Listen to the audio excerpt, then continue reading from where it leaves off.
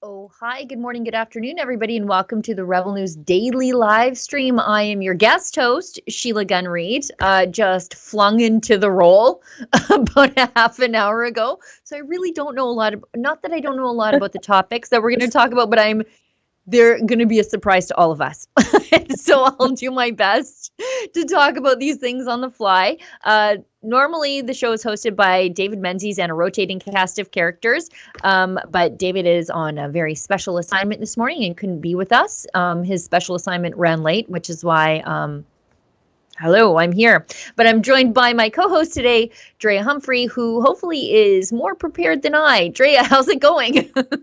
Well, I was just going to say, these live streams, because of the time they start in BC, I'm always driving around and running and racing, and I do my best. So this should be an interesting show. But that's also what makes the Daily Roundup great, is that it's unscripted. You get to know us a little bit better, and we get to know you a bit better too. And a fun way to do that is through the live chat options on Rumble and Odyssey. So, like I said, we're just going to be chatting the daily news with you, and you can let us know your comments and thoughts on that, or give us some news by donating there, and we read that, make it part of the show. So it's pretty cool. I'm looking forward to the topics. It's a good list, whether we're overly prepared or not. Well, thank you for setting the bar so low. Expectations lowered. But let's get right into it. We should, did we tell everybody about sorry, I was rapidly reading the topics while you were talking, and it's not like I wasn't paying attention to you. I was trying to prepare. But did we tell everybody about chats? We did. See, we're okay, on perfect. it. We're on the ball. Okay, no, you are. No, yeah, okay. You are. I'm not. I was filming my weekly paywalled show just before I came onto this. In fact, while I was filming, I was like, Efron, quit calling me on Skype. I'm recording somewhere else. I can't be on the live stream yet. So here we are. Let's start with the first block of topics that we've listed under LGBT and feminism. Yeah. First topic of the day is women's rights talk canceled by British Columbia Community Centre for promoting discrimination, contempt, or hatred against trans people. We've come full circle where you just talk about women's spaces and women's rights, and if you don't include the surgically created women, you are discriminating against people all of a sudden. I think it was funny though how it wasn't discrimination in the before times when you talked about women's only spaces. You weren't discriminating against men then, but then when the men started identifying as women, then you're discriminating. I like how that sort of morphed into something new. Well, yeah, in the last, we have Pride season, and I guess it's LGBTs History Month and things like that. And to some extent, some people feel like that's a little bit exclusionary too, but no one makes a big deal about it. If you don't fit into it or you don't want to celebrate it, you see even the LGBT members saying, we want a divorce from what's going on. So even some of them feel like those types of things are not inclusive. But here you are standing up or just talking about it. It's actually a discussion, to talk about safe spaces for women and children. And so this was the Chowkin Community Center that last minute, cancels on them. This, as a little bit of a precursor to this, I have a report coming out, should be out today. Just a couple of days ago, there was a sold out talk hosted by Meghan Murphy. She is a Canadian author and a women's rights activist. And it was sold out, but that show was originally canceled as well. It was supposed to originally be done in Nanaimo. And same thing, at the stroke of midnight, this pressure comes in from, people calling it hate, and then they cancel. But thankfully, the Saltaire Community Center allowed them to host it last minute. And like I said, the tickets were completely sold out. It was a panel. And I think the main part of that report is that they welcome, this Chowkin Community Center is saying this is exclusive, but the evidence shows in my report coming out, they actually welcomed some of the LGBTQ activists who were outside protesting to go ahead and take the mic. So this isn't an exclusionary event. It's just an event about an important discussion. I'm going to read just a little bit of the excuse Chowkin Community Center sent to cancel on them. It says, as a public facility, we are required to follow policy under the BC Human Rights Code, given the likelihood that the purpose of this event is to promote or would have the effect of promoting discrimination, contempt, or hatred for any group or person on the basis of sex, gender identity, gender expression, sexual orientation, or any other similar factor is determined. It is determined the rental must be canceled. But good news, to the right there, you can see that they are still going on, still going strong, and the new event is happening tonight in Parksville. So it's just, this cancel culture stuff is getting so tired and so played out. You know, we showed a clip of the counter protesters being invited to take their mic. They were given a round of applause, and it's just the idea that they were okay to walk into the building and take the mic and feel comfortable to take the mic with a countervailing viewpoint. It sort of blows a hole in their argument that the other side of the debate from radical transgenderism is violent, genocidal, bunch of Nazis who won't let you speak and don't care about you. The opposite is true, right? Like, they were invited in and felt safe enough to take the mic. You know, if you were in a room with genocide heirs, you probably wouldn't be like, I'll tell you what I think. Exactly. But I mean, like, it just shows how hyperbolic the other side of this is.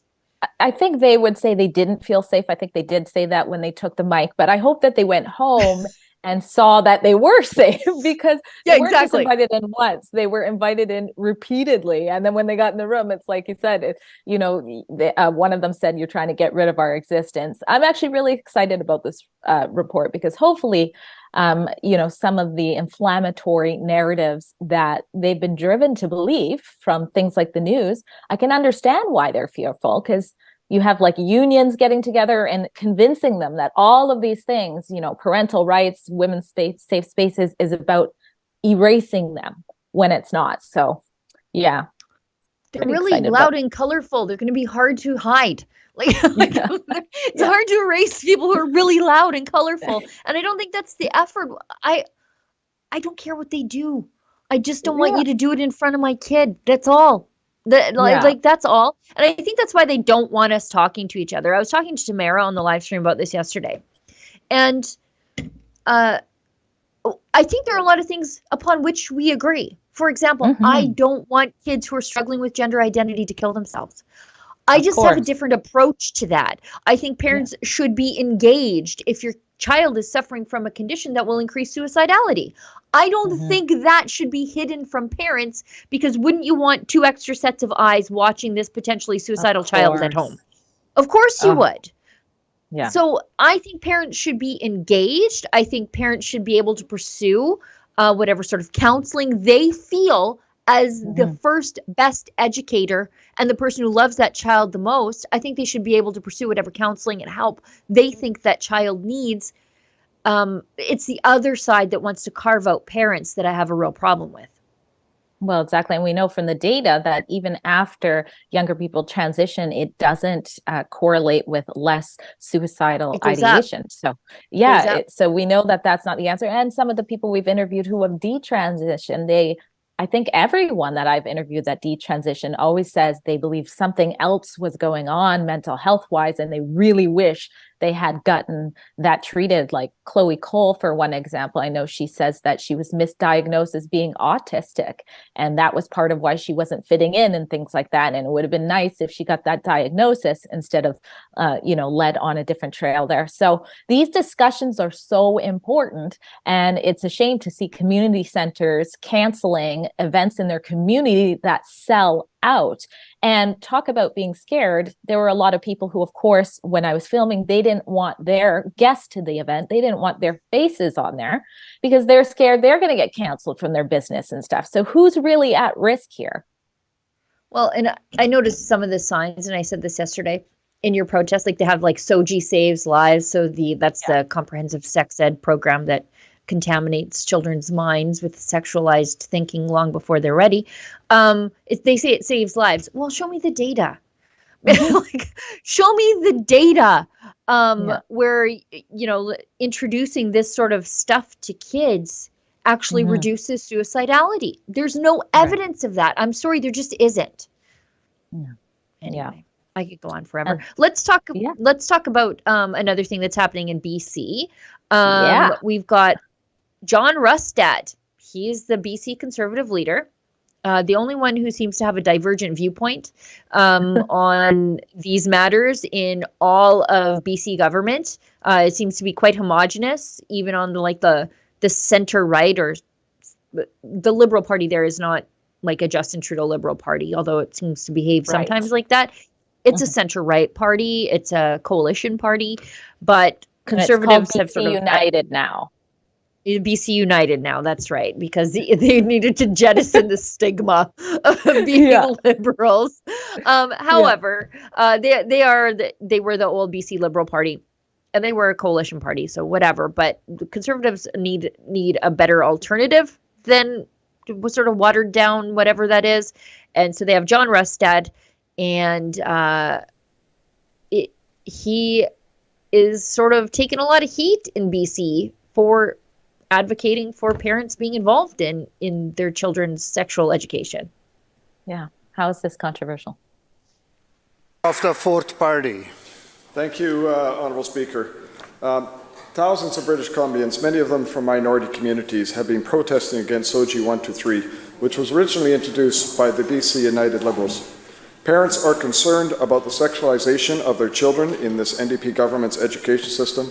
Will the Minister admit that SOGI 123 has been divisive, an assault on parents' rights, and a distraction on student education? Premier. Thank you, Honourable Speaker, and I welcome the member to the House as the leader of his new party. But I got to say, this is not an auspicious start. You know, when you talk about the issues of the day for British Columbians, cost of living, housing, we heard from the BCUP, healthcare, addiction, mental health, to come into this place, to use the authority of his office, his new party, to find a small group of kids in our province, to leverage all of that, to make them feel less safe at school, less safe in our community, to feed the fires of division in our province and bring culture war to British Columbia, it is not welcome. And when he sat on this side of the House, he supported those same policies, Honourable Chair. It is outrageous that he would stand here and do this. He sees political advantage in picking on kids and families and teachers and schools who are just trying to do their best for kids who are at risk of suicide, Honourable Chair. Shame on him. Choose another question. Kids at risk of suicide. Yeah, like it's you know what the problem is? David Eby is scared. You know why? The large minority population in the Lower Mainland. Yeah. If they turn on the current government, it won't be good. When you start telling socially conservative minority populations that they don't have any rights over the education of their children, that government's in real trouble. It is. And it's also showing to me how out of touch Eby is, or maybe he's putting on a face to be out of touch and playing dumb here, because out of the 92 cities that participated in the 1 million March for Children, which was about the issue that Rustad just raised in the legislature, 27 were in British Columbia. And almost all of them had more parents, families outweighing the small amount of counter protesters. I can only think of a couple where it was reversed. So to condemn Rustad for raising an issue that no one else is raising, that everyone else is becoming more aware of than, I'm assuming when he was on the other side, is just, it's tone deaf. Well, and politicians should change their minds when more information comes to light. Like, that's what I want politicians to do. That's why we dig up the information and then show it to the world, is so that when you see it, you might have a come to Jesus moment and change your mind about your viewpoint. He's obviously changed his mind about his viewpoint. He is representing the concerns of conservatives, which is refreshing for a conservative politician to do. It's disorienting because I'm kind of not used to it. But he's speaking to the the issues of parents, and he is. And you know what? If Eby wants to pick this fight with minority communities in the Lower Mainland, I say, bring it. You know, when I was at the Regina protest, I was like, did the Sikh temple just let out? Where did all these people come from? Because this is an issue that is so important to minority communities who are largely social conservative. And so when, you know, the left claims they're all about diversity and supporting minority populations, well, let's see where this goes. Well, BC is getting a little bit spicy. That party in particular, I mean, it was briefly mentioned. He said welcome with being the leader of an official party. The Conservative Party of British Columbia, I believe for the first time in 12 years, got their first MLA through Rusted, who was expelled from the former BC Liberals, now BC United. So they canceled him on his birthday for saying something against the climate alarmist. No, retweeting something against the climate alarmism sort of agenda. So I think it's not just Eby who's scared. It must be the BC United who's scared, because they, like you said, are supposed to be a coalition that's home for the Conservatives. I doubt they were able to ignore how many parents, families, people of color came out to be a part of that march. And now they see the only voice for all of these people who are concerned about SOGI 123, which is a diverse group of people in British Columbia. The only voice being represented now in the House is that of the Conservative Party of British Columbia, which just got their official party status because Bruce Banman from the BC United crossed the floor. So there is a lot of spicy stuff going on right now in British Columbia, and it's leaning, as far as growth-wise, towards the Conservative Party of BC. And this stuff should really scare progressives, because a lot of people are single issue voters. For a lot of people up until now, I think probably their single issue might have been affordability. But this is next level, because a lot of parents, their children are their only concern. Like that's it. And it should be, really. Yeah, it should be. Like when people say, I would take a bullet for my child, I would jump in front of a speeding car for my child, I would jump in front of a train to save my child. The train is this stuff. The train is SOGI. This is a battle for the hearts, the minds, the souls, and the bodies of our children. And it leaves issues like affordability right in the dust, and you don't even have to look all that far in the past to see where this stuff can flip from progressive to conservative nearly instantly. It happened in Virginia.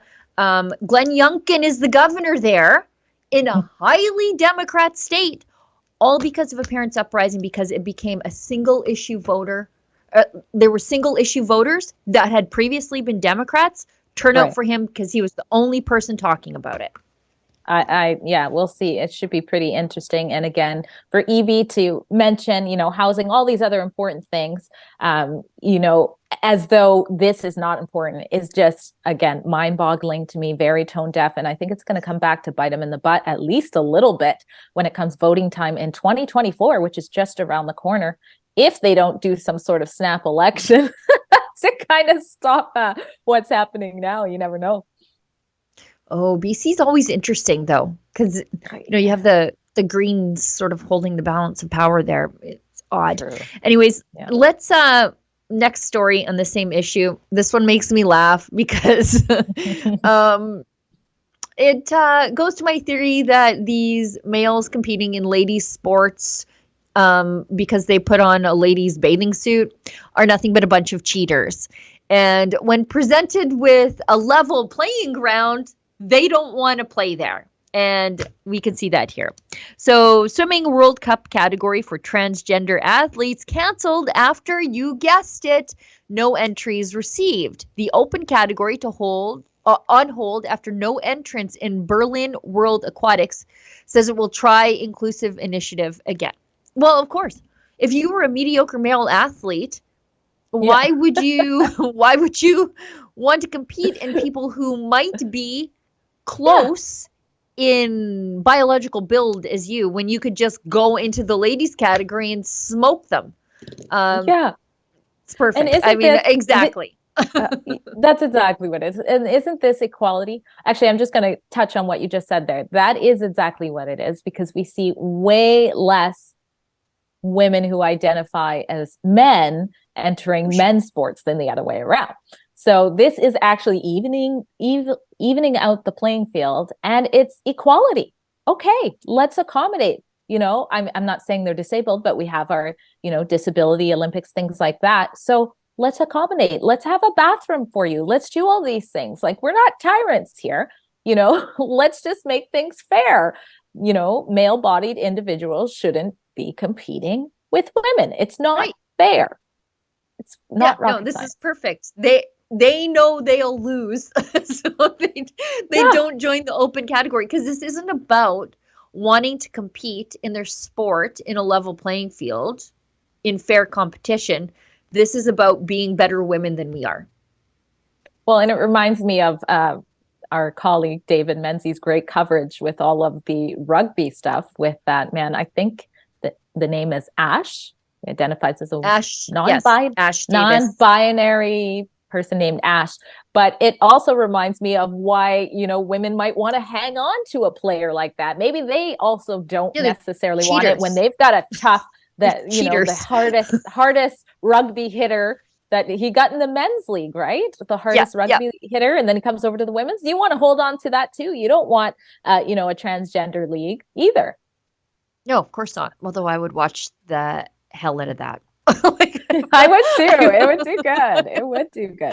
Someone should really, you know what? There are enough, I don't know if there's enough, but there are transgender people who are against competing against women and who don't want to go into women's spaces. So they should really champion stuff like this and give it a shot. And, maybe if they're not even that athletic, they'll be like the number one, right? Right. All of a sudden you are, that's exactly what Liar Thomas is doing. He was not all that athletic. Yeah. He was not that great of a male swimmer. So he's like, yeah, I'm a lady now.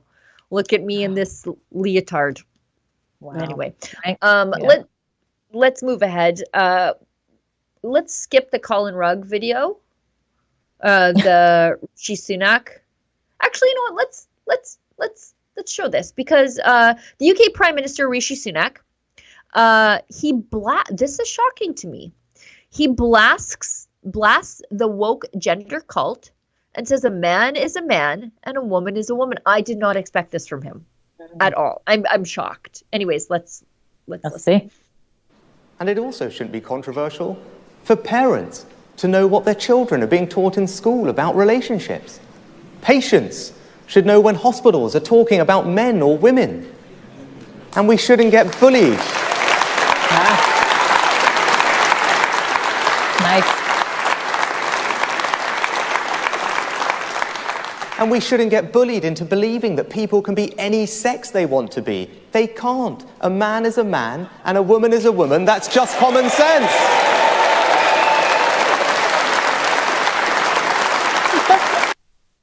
Wow. Usually the conservatives, and usually the conservatives in the UK are just like this mushy, reminds me of all the UK food, right? It's just sort of bland and tasteless and kind of boiled. Yeah.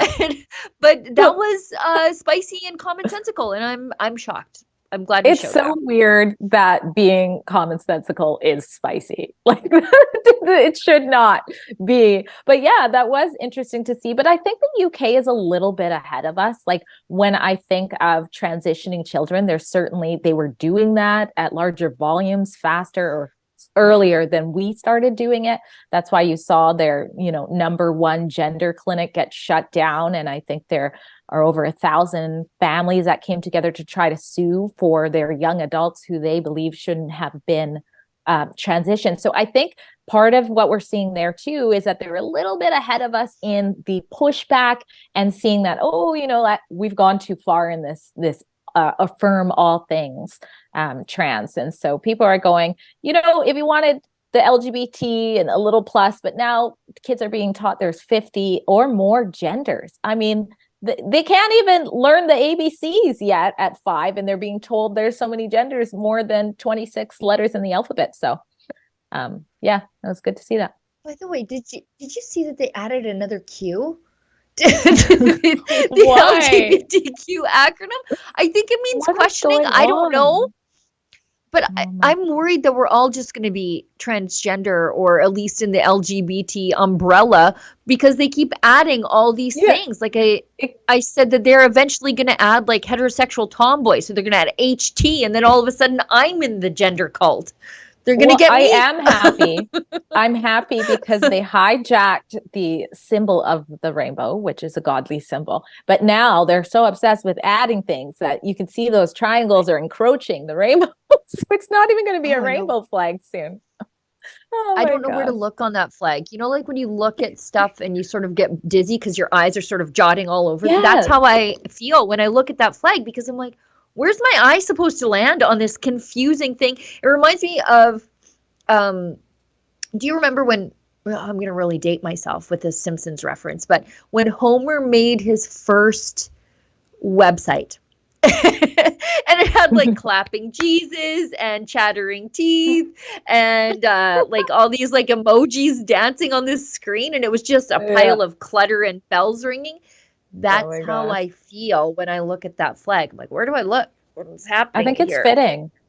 I think it makes Yeah. sense for it to be like that. If you ask people, for example, what exactly they pronounce. Homer's webpage. Oh my gosh, you found it.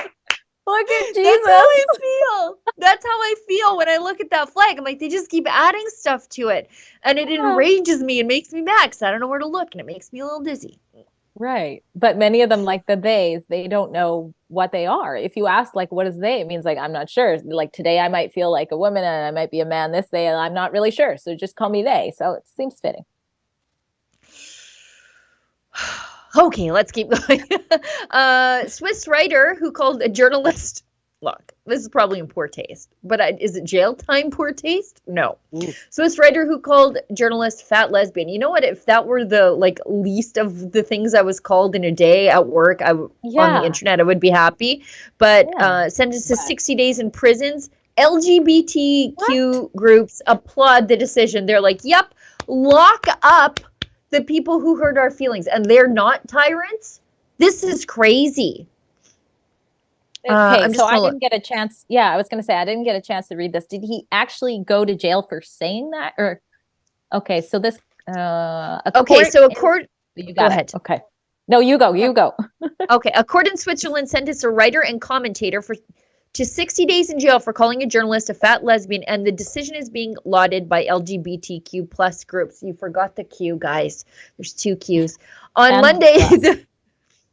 Monday, French-Swiss polemicist Alain Bonnet, I guess he's Swiss, so it's Bonnet, who goes by Alain Soral, was sentenced by the Lausanne court for the crimes of defamation, discrimination, and incitement to hatred after he criticized Catherine Mecherel, a journalist for Swiss newspapers Tribune de Genève and 24 Hours, in a Facebook video 2 years ago.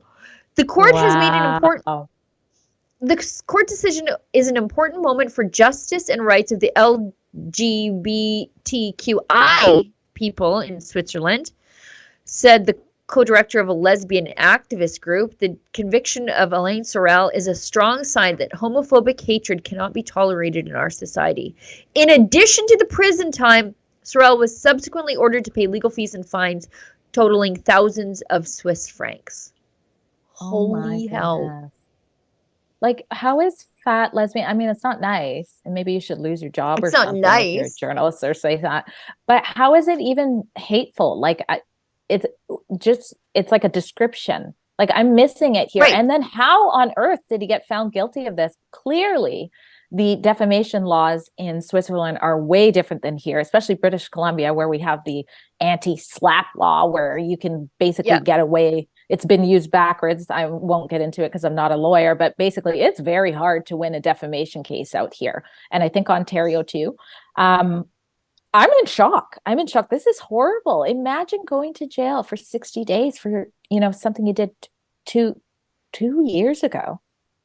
I don't understand this. Like, fat is a descriptor, and I'm reliably informed by the Yeah, lesbian is a matter of fact. That lady described herself as the head of a lesbian activist group. So Yeah. what is the problem here? I'm reliably Yeah. informed by fat activists that fat is beautiful. And so calling somebody Right. fat is akin to calling them beautiful. He should have went with that. I don't understand. Like, I don't understand if it's an insult here, but it's not an insult there. I don't understand. I think I don't even know what the lady looks like. He probably accurately described her, and now I'm going to go to jail in Switzerland. Yeah, there's a little bit probably more. Serve a lot of chocolate. Yeah, good thing we don't live there, but there's a little bit more context, but still, I'm still missing how he got found guilty.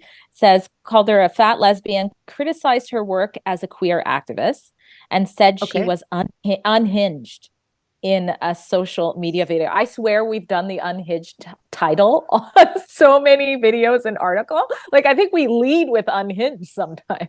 He's a commenter. Wow. He comments. Scary. He's a political commenter. To call somebody unhinged, if you are having somebody criminally charged for describing an overweight, same-sex attracted woman as a fat lesbian, I'm going to go out on a limb and call you unhinged. I just wouldn't say that. I think that's crazy. Yeah, I just won't say it in Switzerland. Olivia whispers in my ear, are there extradition agreements with Canada? Justin Trudeau would probably just give me to them. Take her, get rid of her, get her out of here. Anyway, Olivia tells me we should hit an ad break before we go into the next segment on Trudeau and the carbon tax. Come on out November 25th. It's all aboard the Freedom Train in Niagara-on-the-Lake. You can check Rebel News for updates and also the Freedom Passport site. Tamara Leach, who led the truckers' convoy, will be sharing the stage with some of the finest international recording artists, like the Chops Horns from New York City, who's played with Alicia Keys, Stevie Wonder, the Rolling Stones, and many more. Plus New World Sun, just off a European tour, and the legendary R&B master, Leroy Emanuel. Get on the Freedom Train with Tamara Leach.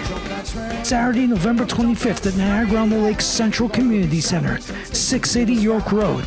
Get your tickets today at freedompassport.ca. The Freedom Train is coming. Know your rights. Know your freedoms. Hey, Ben Shapiro here. This November, the Wilberforce Project is bringing me to Canada. If you want to fight the woke machine destroying families, join me in Calgary for my talk, hosted by the Wilberforce Project. Go to benshapirolive.ca for info and tickets. Justin Trudeau's new censorship law, Bill C-18, it's a shakedown and a desperate attempt to keep the mainstream media afloat. Many have already lost their ability to access our Facebook and Instagram pages. The blackout will soon affect every user in Canada. We've partnered with Private Internet Access, a VPN provider dedicated to safeguarding digital privacy. For just $2 a month, you can maintain your access to our content across all your devices at piavpn.com/rebelnews.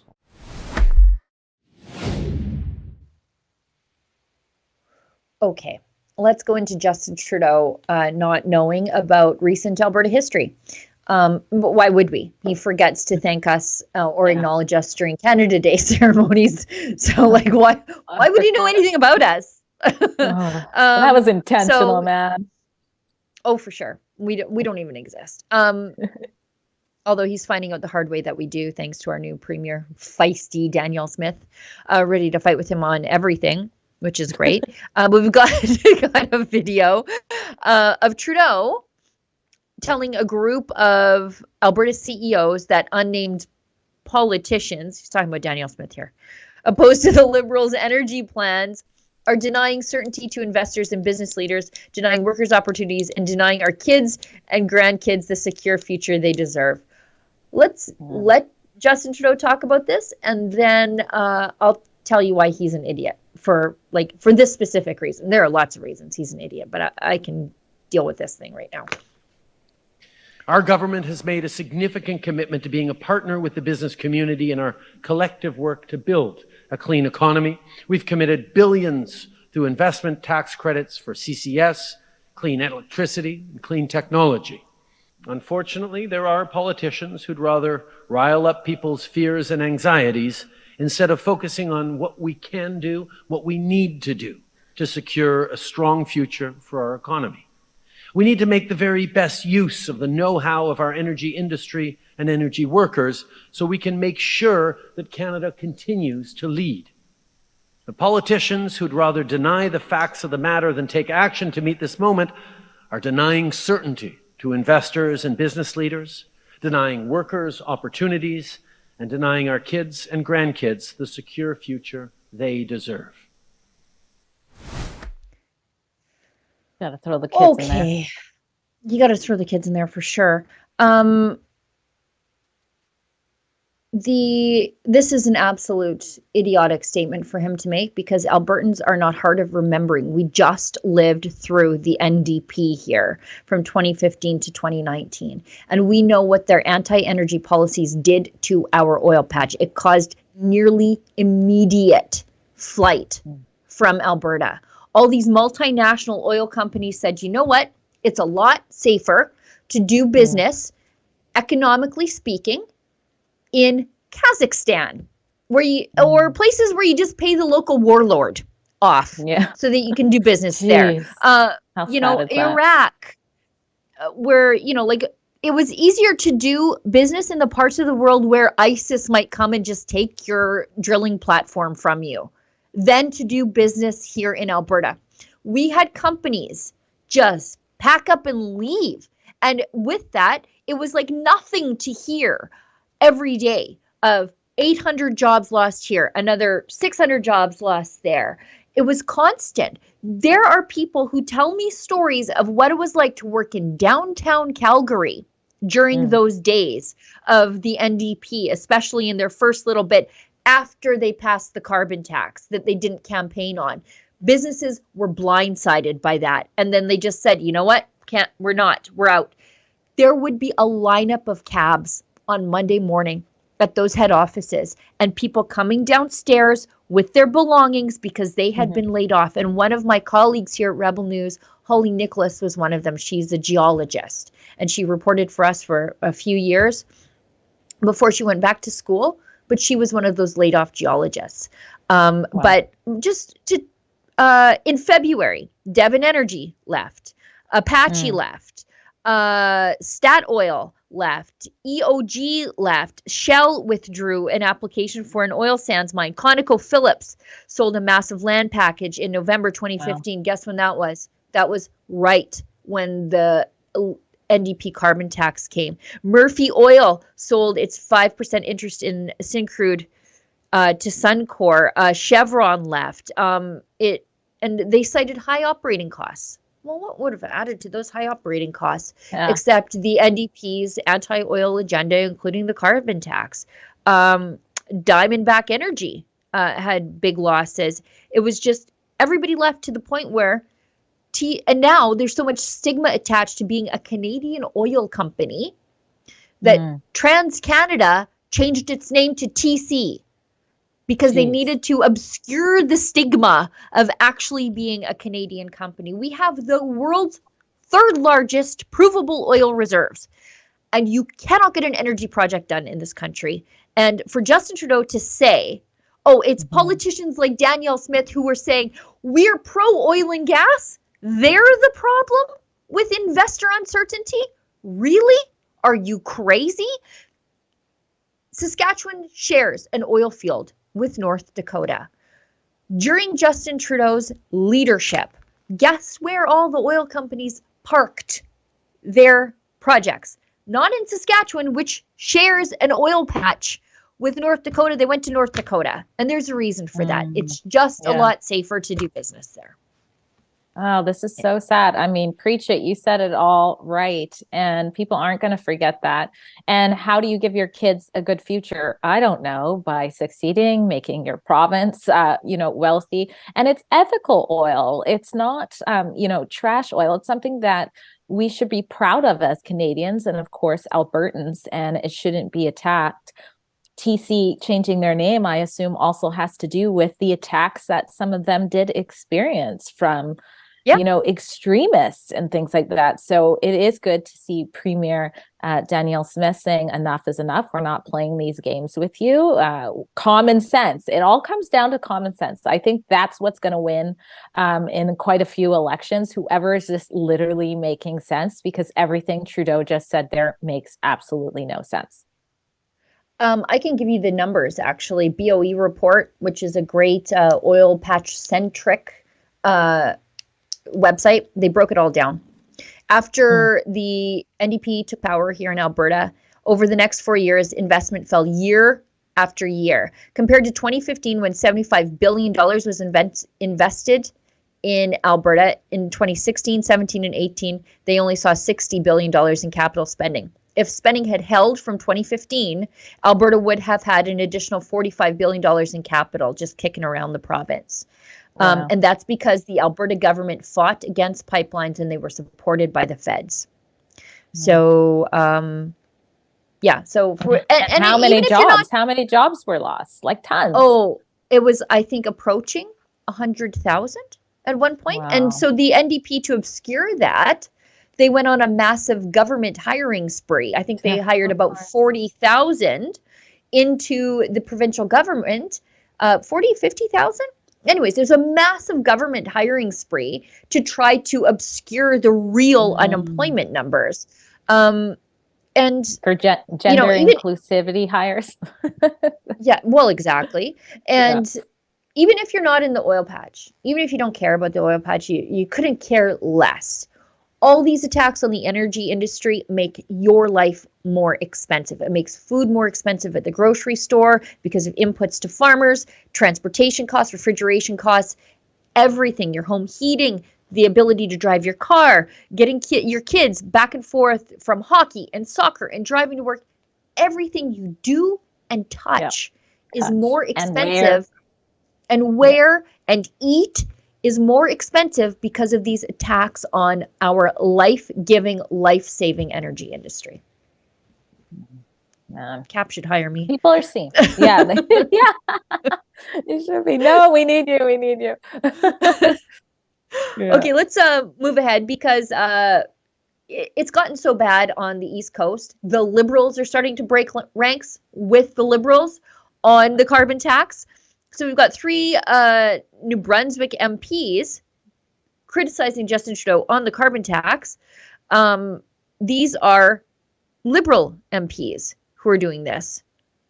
They're criticizing their own government's carbon taxes, saying it disadvantages rural residents. And they're calling for sweeping changes, including the complete suspension of the tax on home heating oil.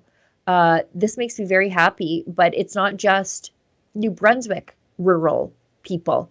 It's rural people in some of the more spread out parts of the world. Hello, that's me. But it's also urban people. Everybody needs to eat and get to work and heat their home. This is a very cold place. And I'm really tired of people who never set foot off pavement telling us gravel dwellers how we have to live our lives. And I'm not surprised to see, Liberal MPs doing this. I don't envy being in that caucus, especially if you have some common sense and maybe have been biting your tongue for the last couple of years, especially whether it be the trucker convoy. We saw a couple speak out on the divisive rhetoric that Trudeau was doing. But more recently, I know that some MPs started speaking out in general, just without releasing their names. I forget which news outlet wrote that story, but I think there was about a dozen of them that are saying he's not listening to them. He's going his own separate ways, things like that. So it's not surprising to see. I couldn't open this article myself, but are the MPs actually named who are saying this? Or is it another one where they're saying it off record, but they want the public to know we don't all agree with Trudeau? I don't know if we know that answer. Because this one's locked for me. But that's okay. Let's move ahead. Yeah, you know what? I think in some parts of the country, to get elected, you have to run as a Liberal. And so you might be more a Liberal in a blue tie than a Conservative in a red tie to get elected in some of these places. So, I don't know what's in the hearts and minds of these men, but also good for them. Good for them. Let's move ahead because Twitter's punching bag, or X, or whatever we're calling it, Mark Garrettson, Liberal MP, he has decided that he knows the math on the carbon tax, who says, don't believe the conservative hype that the carbon tax is driving higher gas prices at the pump. In fact, the last year, the carbon tax increased the cost by 2 cents a liter, while wholesale margins, i.e. big oil profits, I guess they're supposed to just get the oil out of the ground for free. Yeah. In this country, you're just not supposed to make money and reinvest that in other projects and pay your employees. You're just not. Also, I'd love to know if these Liberals have any sort of oil and gas holdings in their own portfolios. Are you a shareholder in these companies? Because those profits are yours, Mark, then, you big, dumb idiot. But let's go back. And I say that with complete enthusiasm and certainty that he is one of the dumbest MPs in the House of Commons. All you have to do is follow his Twitter account. And I know I might seem to be unkind, but I mean, this guy, this is just what he does with his taxpayer salary. Just get on the internet and lie.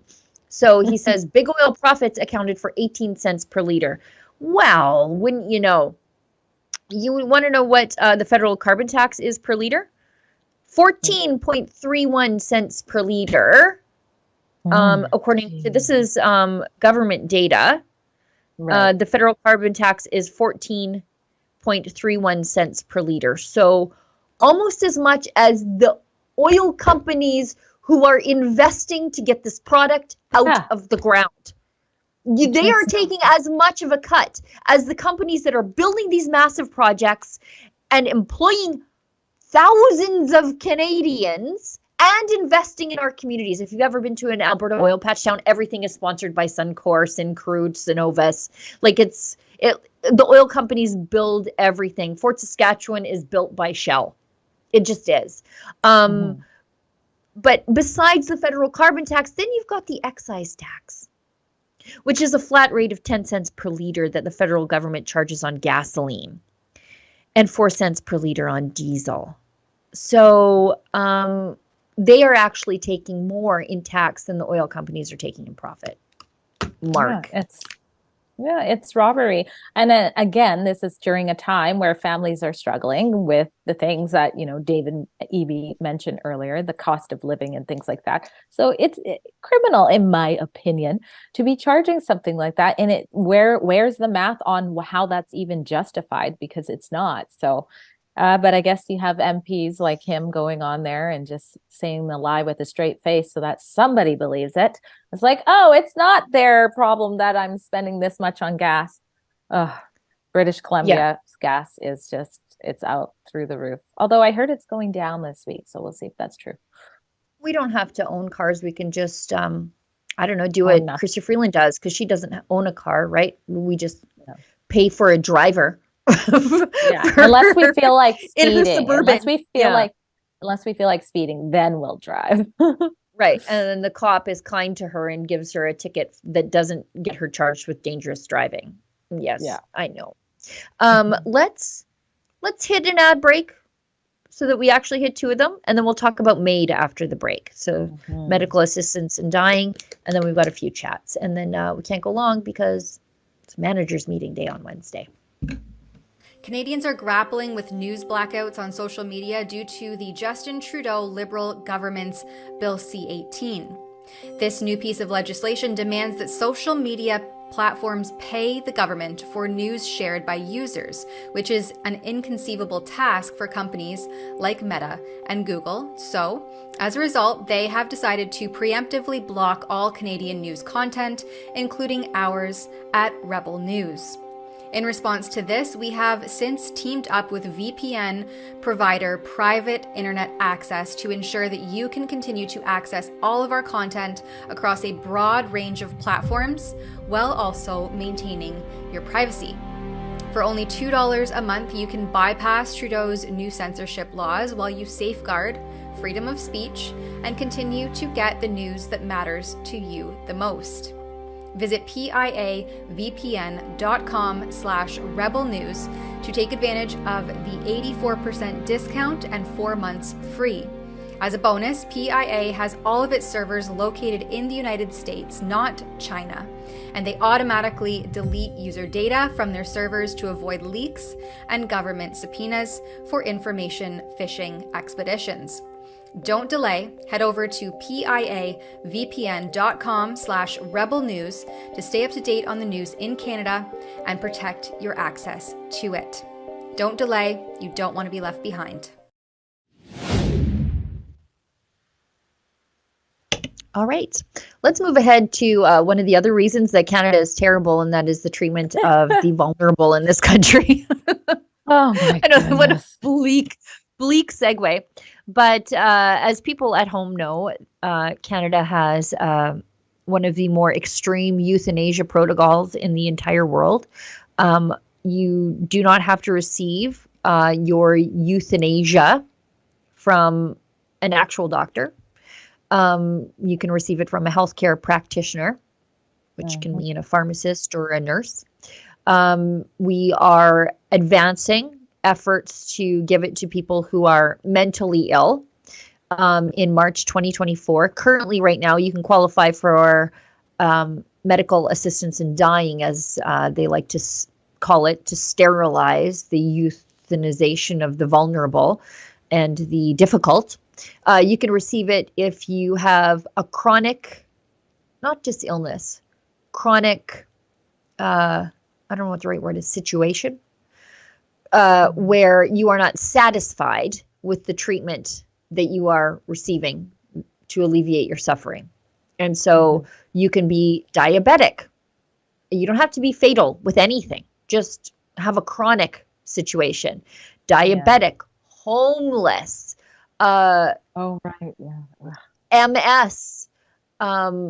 So there's a whole host of other, I don't even want to say illnesses, because these are hardly, I mean, these, yes, they do cause suffering, but I don't know, maybe it's because I'm Catholic. I think there's value in suffering, and dignity in all of God's children.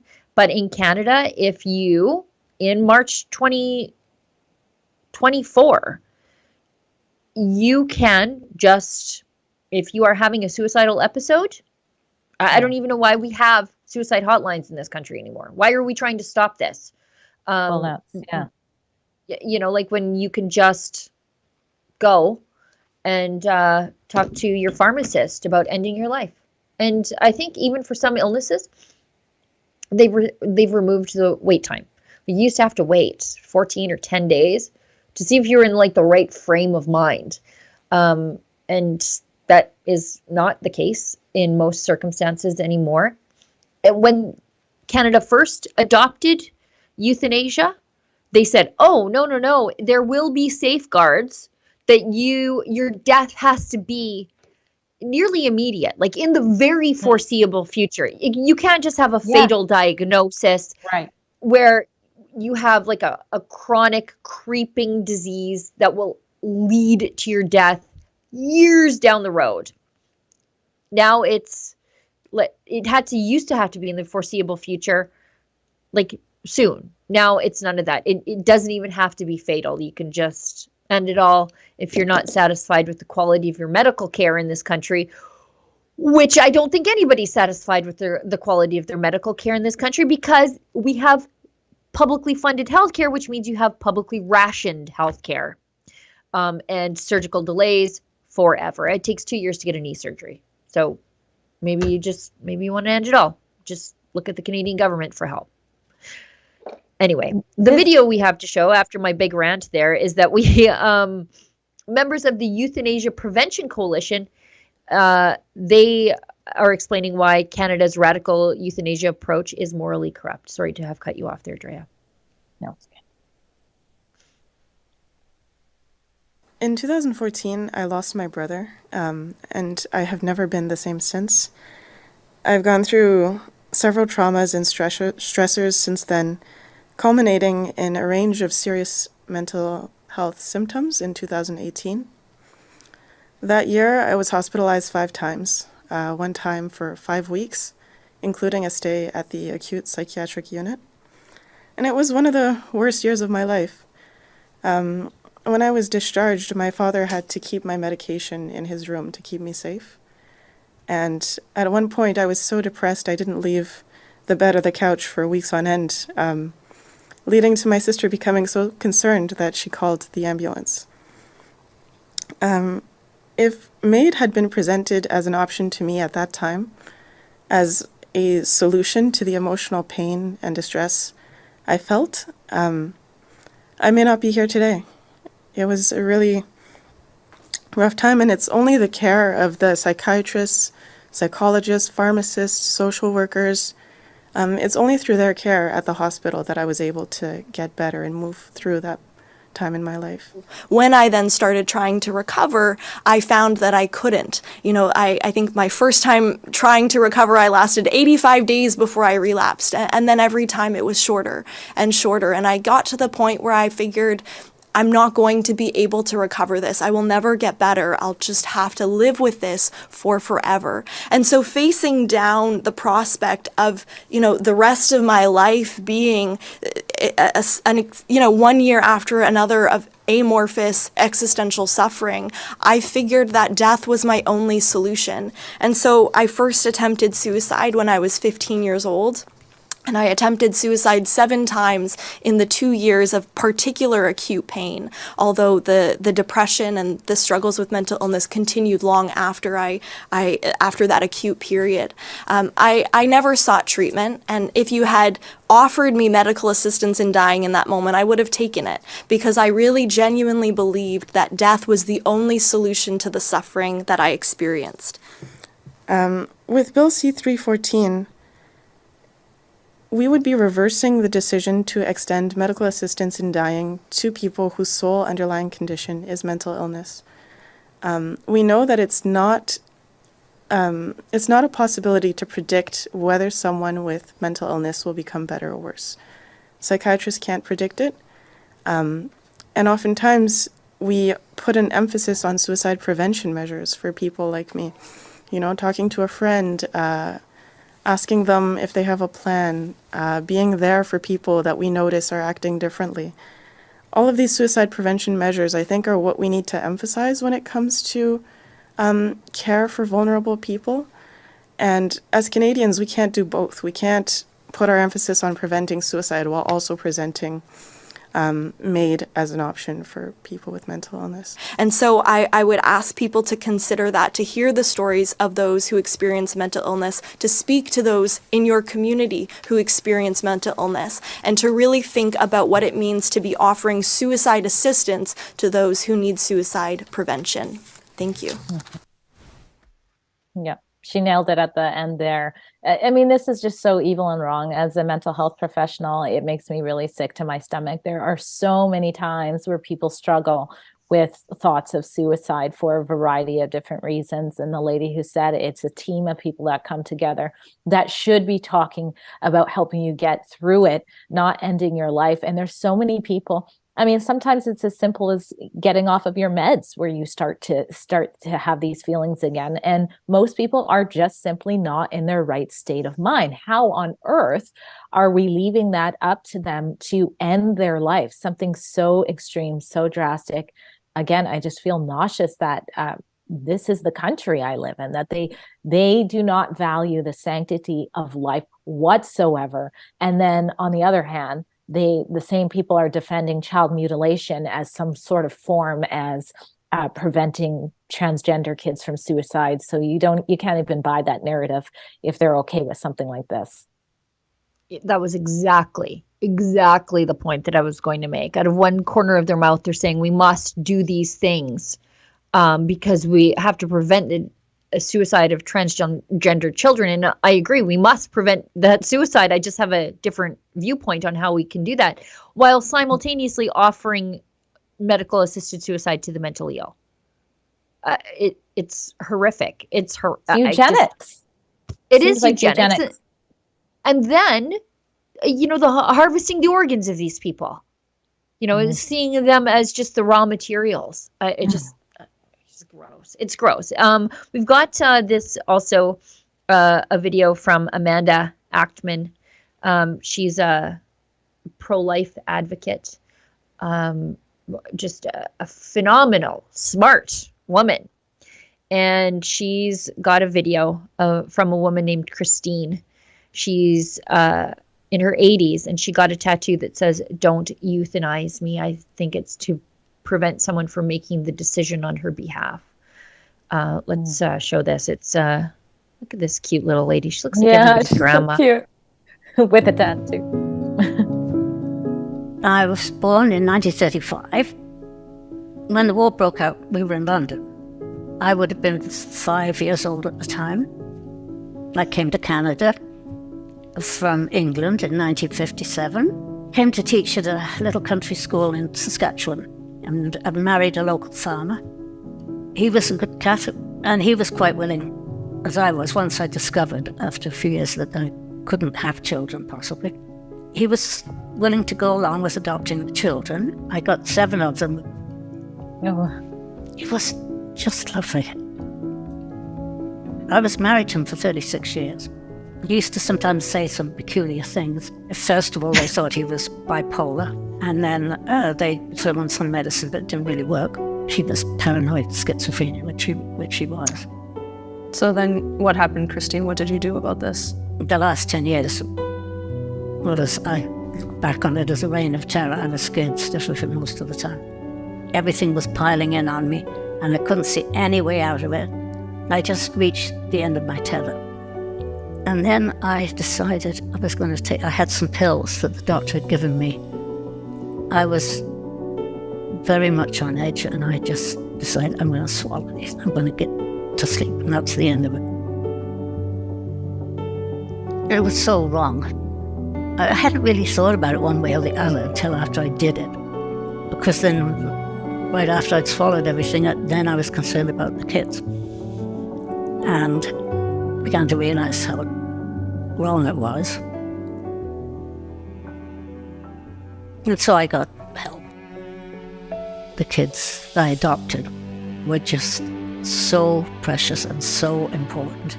They were the happiest days of my life when I'm with them.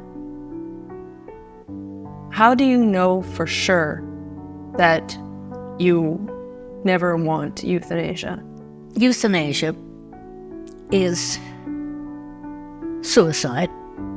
Oh, there's no other word for whether you get a doctor to help you or not. It's putting an end to your own life. It just made me shudder.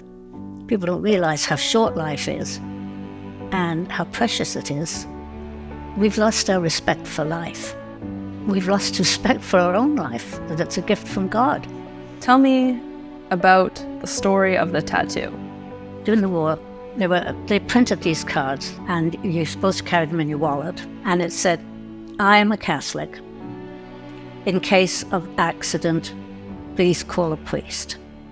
You know, later on, when I was over here, I was so disgusted with the thought of euthanasia, and I wanted to make a statement, but I didn't want to do like they did in the war, put a card in my wallet, because you lose your purse. So I decided I'd get a tattoo. That would be with me forever. When I went to the hospitals, the nurses would see it, and, "Oh, come on," they call another nurse in, and think, "Oh, good for you," you know.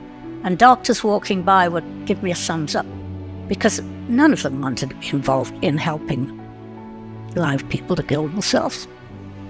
It just went against the whole idea of being a doctor. In light of how much you yourself have suffered, how can you see clearly the value of life? Because I know I'm here for a reason. Because God wanted me to be here. He wanted me to be born into this family, live this life, eventually raise these children, do whatever I can to follow his way and to be with him. And the older I get, the closer I am to God. Respect the life you have. It's a gift from God. My gosh, so much wisdom. I'm gonna tear up now on the way out of the live stream. I That know. was so sweet. Get it together, Sheila. But yeah, that lady is so darn cute. And you think about how much goodness in the world would have been lost if she had been successful when she tried to kill herself. Like she adopted 7 kids. Think about the kind of person who does that.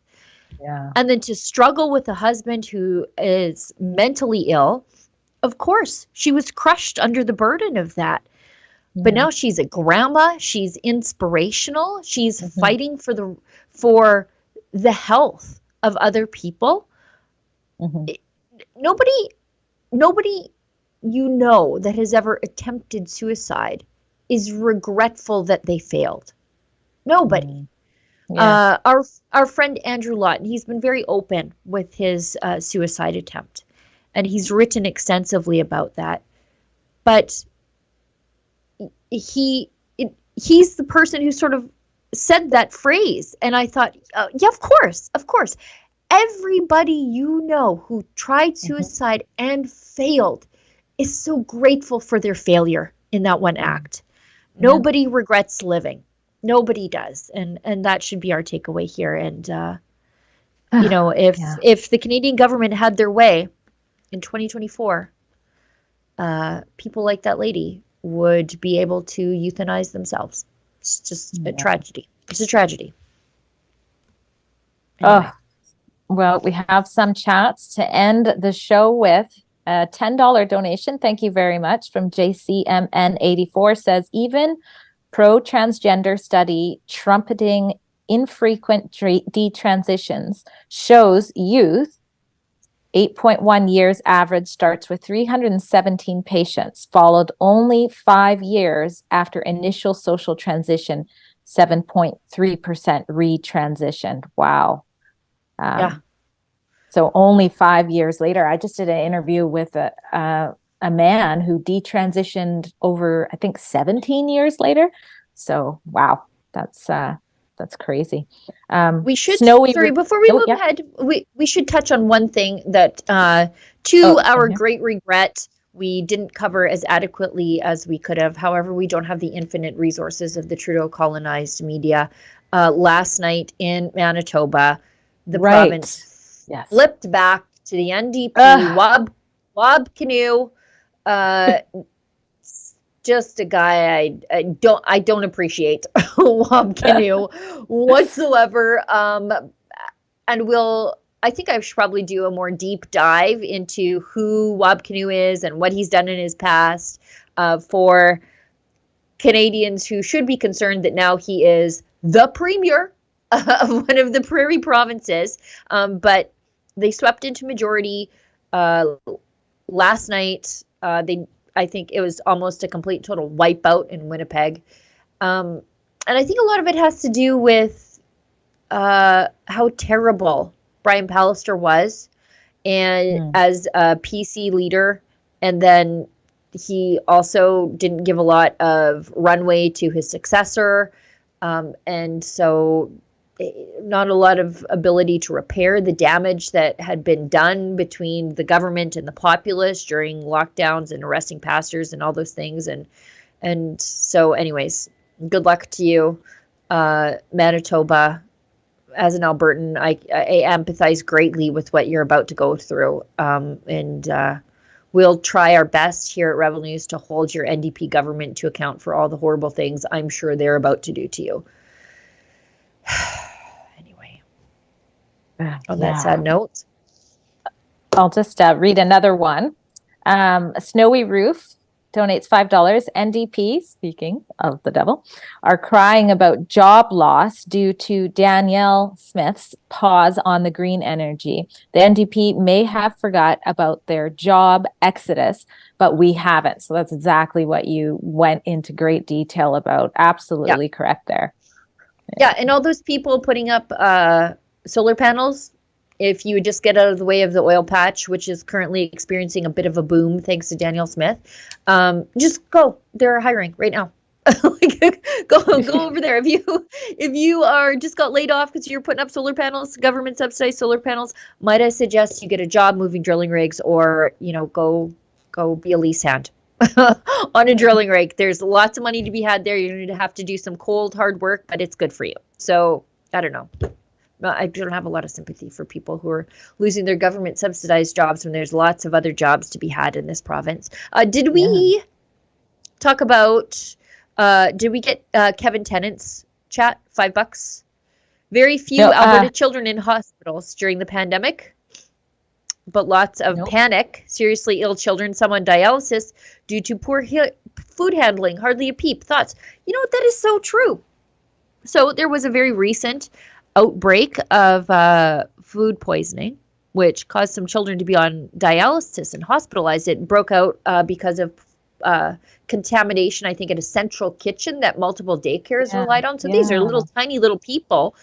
And kids ended up in the hospital, more kids than were ever on the, were hospitalized because of COVID. That's for sure. And hardly a peep about it because doesn't fit the narrative to lock down schools and mask children forever. Let's keep going. Runway 54, $5. Afternoon, ladies. Do you know if there is any truth or just rumors about Trudeau being paid $25 per jab from Big Pharma in the arm? If so, he made around $300 million so far. I have not seen that whatsoever. No, I would guess that that's probably not based on a lot of facts. But if you have any evidence to suggest otherwise, send that to us. The money went the other way. The money went from the Canadian government to Big Pharma. That's how it went, based on all the vaccine contracts that I saw, and they paid contracts for vaccines that nobody used and were expired, and so the money was going that way. And I think Justin Trudeau was paid in kind by his ability to control us. I think that's the real currency for him.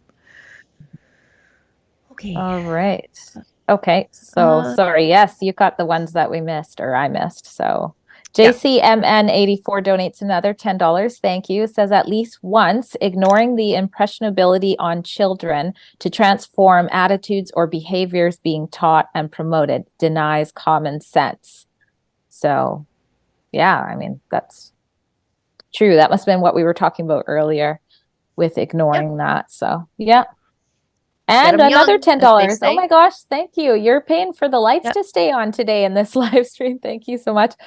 Says, and this is a story I'd like to report on, says Kelowna Hospice has no doctors admit orphan patients, poor palliative care made out of fear. So I don't know about this, so thank you so much for sharing it. But it looks like the contract issues at the Central Okanagan Hospice resulted in a displacement of these patients, and now they're going to an overcrowded hospital, and they've been there since June 30th. So thanks for sending that, because I wasn't aware. I'll definitely look into that and report on that. That's a real failing of our publicly funded healthcare system, coupled with an aging population, that we don't have adequate hospice and end-of-life care for Canadians to treat aging Canadians with the dignity that they deserve. Instead, they become desperate and they decide that, you know, there's but one way to end their suffering, and that is to end it all. And it's terrible. I hate to see it. I hate it so much, this culture of death that we have sweeping across the land. Yeah. Okay, guys, on that dark and gloomy note, that's the show for today.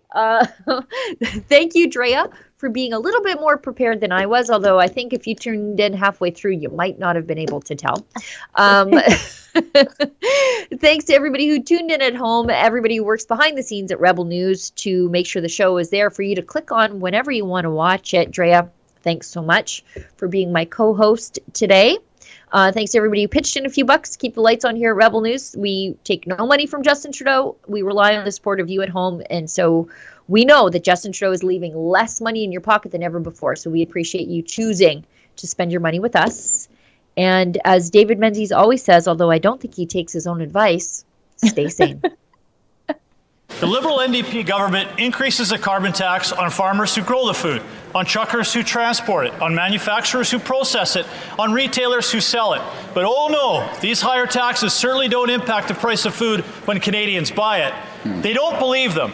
They don't believe them when 7 million Canadians are struggling to put food on the table. They don't believe them when food bank usage in Alberta is up 70%. They don't believe them when families can't put turkey on the table. How many families are going to be relying on food banks for the Thanksgiving dinner because of this Prime Minister's inflationary carbon tax? L'honorable ministre de l'Environnement et du Changement climatique. Mr. Speaker, I would like to remind my honourable colleague that the Poultry Association of Canada, the grain growers, the canola growers have all committed to be net zero by 2050. And interestingly enough, every time this member, which I respect, stands in the House to talk about the impacts of climate change, he never talks about the impacts on farmers.